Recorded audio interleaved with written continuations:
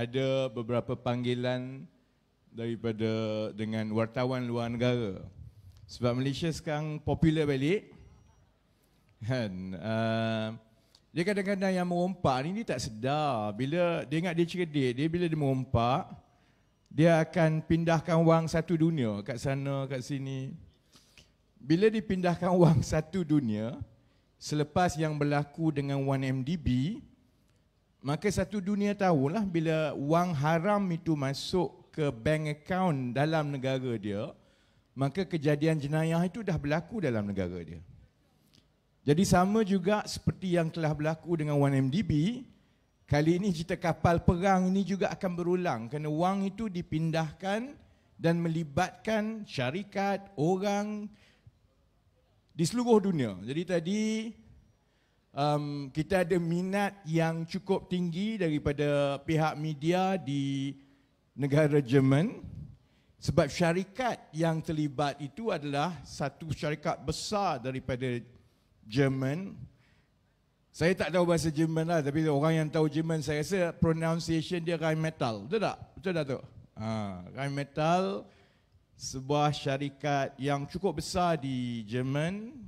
Dia syarikat defense contractor pertahanan.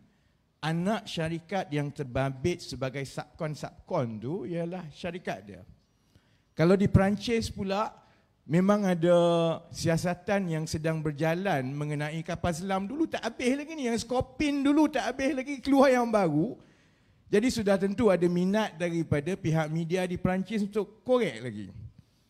Dan salah satu watak yang terlibat, kalau dulu Jolo, sekarang ada Mat Saleh pula. Seorang Mat Saleh yang terlibat ni ialah orang Australia, jadi ada minat daripada Australia. Jadi saya tak boleh nak squeeze dekat mana. Tapi insya-Allah mereka sedang meneliti semua dokumen yang telah keluar.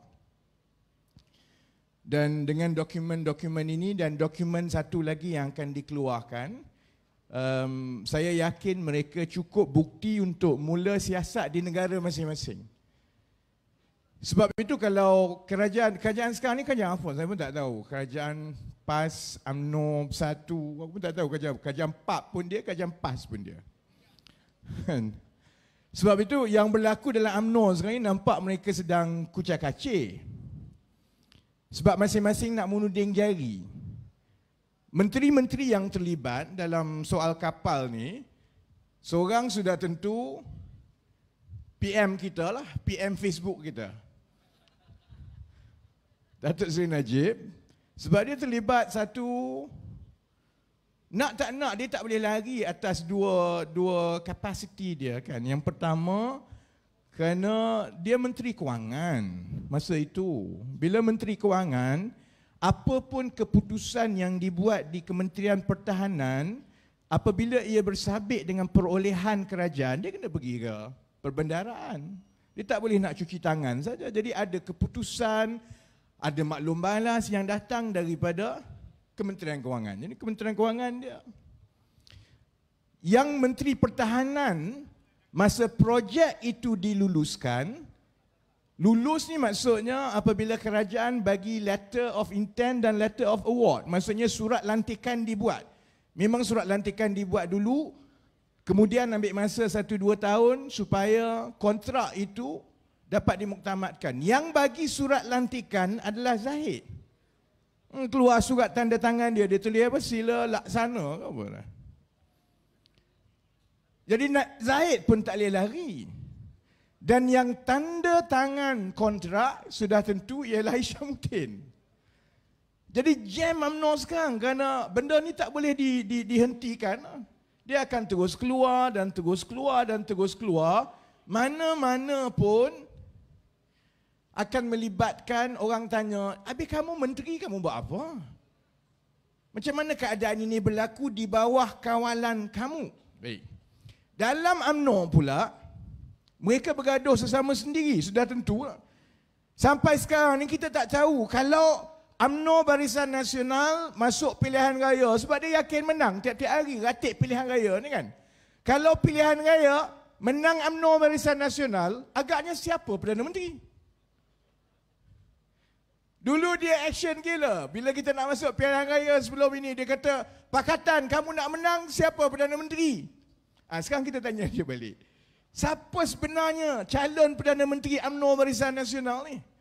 Najib pun nak. Najib masih lagi nak jadi Perdana Menteri. Dia yakin dia boleh jadi Perdana Menteri balik. Zahid pun nak. Habis yang Perdana Menteri yang sekarang ni, Ismail Sabri, takkan dia tak nak, ya tak? Itu belum ada lagi Hisham. Hisham pun nak juga. Jadi sama dia 4-5 orang ni semua nak jadi calon Perdana Menteri. Semua ada pengikut, semua ada macai, semua ada kaki bodek masing-masing. Jadi ini dilihat sebagai peluang untuk saling tembak-menembak. Orang sibuk cerita kapal perang tak siap. Kalau kita perang mati kita, dia guna isu kapal perang ni untuk tembak-menembak sama dia.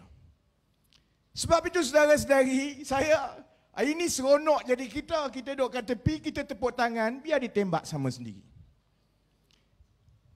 Itu juga ingatan saya kepada kawan-kawan dalam pakatan. Sekarang barulah, betul lah rekod ada 22 bulan jadi kerajaan kan. Kalau jadi kerajaan balik, kamu jadi kerajaan, jangan buat sial. Jangan buat sial. Sebab kalau buat sial, ada orang jadi sakau duit semua, orang akan jumpa. Bila orang akan jumpa, kamu nak tutup macam mana? Tuduh orang itu, tuduh orang ini. Kalau tak pernah merasa, jangan cuba-cuba merasa. Tengok apa jadi kepada UMNO Barisan Nasional sekarang. Kucar kacir. Sebab Ismail Sabri sekarang rasa, baguslah. Dia dah tengok apa yang berlaku dekat Johor. Johor nak masuk pilihan raya, janjikan Datuk Hasni jadi Menteri Besar. Menteri Besar yang sebelum itu dijanjikan. UMNO macam itulah. Order Hasni dapat siapa? Aku pun tak tahu nama dia, budak sangat lagi. Kan orang nama dia On. Budak sangat lagi. Orang undi sebab Datuk Hasni dapat order lain, dapat barang lain. Satu Malaysia dah tahu sekarang ni. Apatah lagi dalam UMNO. Dalam UMNO lagi tahulah. Ismail Sabri tahu walaupun UMNO dah umumkan bahawa calon Perdana Menteri adalah Ismail Sabri, dia tahu kalau datang daripada mulut Najib dengan mulut Zahid, tak payahlah kau percaya, bodoh kau. Dia dah kena dulu, dia dah tahu ni kalau aku bubar pilihan raya, ikut Najib dengan Zahid sebab dua orang ni supaya pilihan raya sebelum dia kena masuk ke dalam. Kalau betul menang, Ismail Sabri pun tak tentu jadi Perdana Menteri. Malah kita tak tahu sama Najib dengan Zahid nanti Tok Mat. Tok Mat memang tak dapat lah. Tok Mat tak payah fikirlah.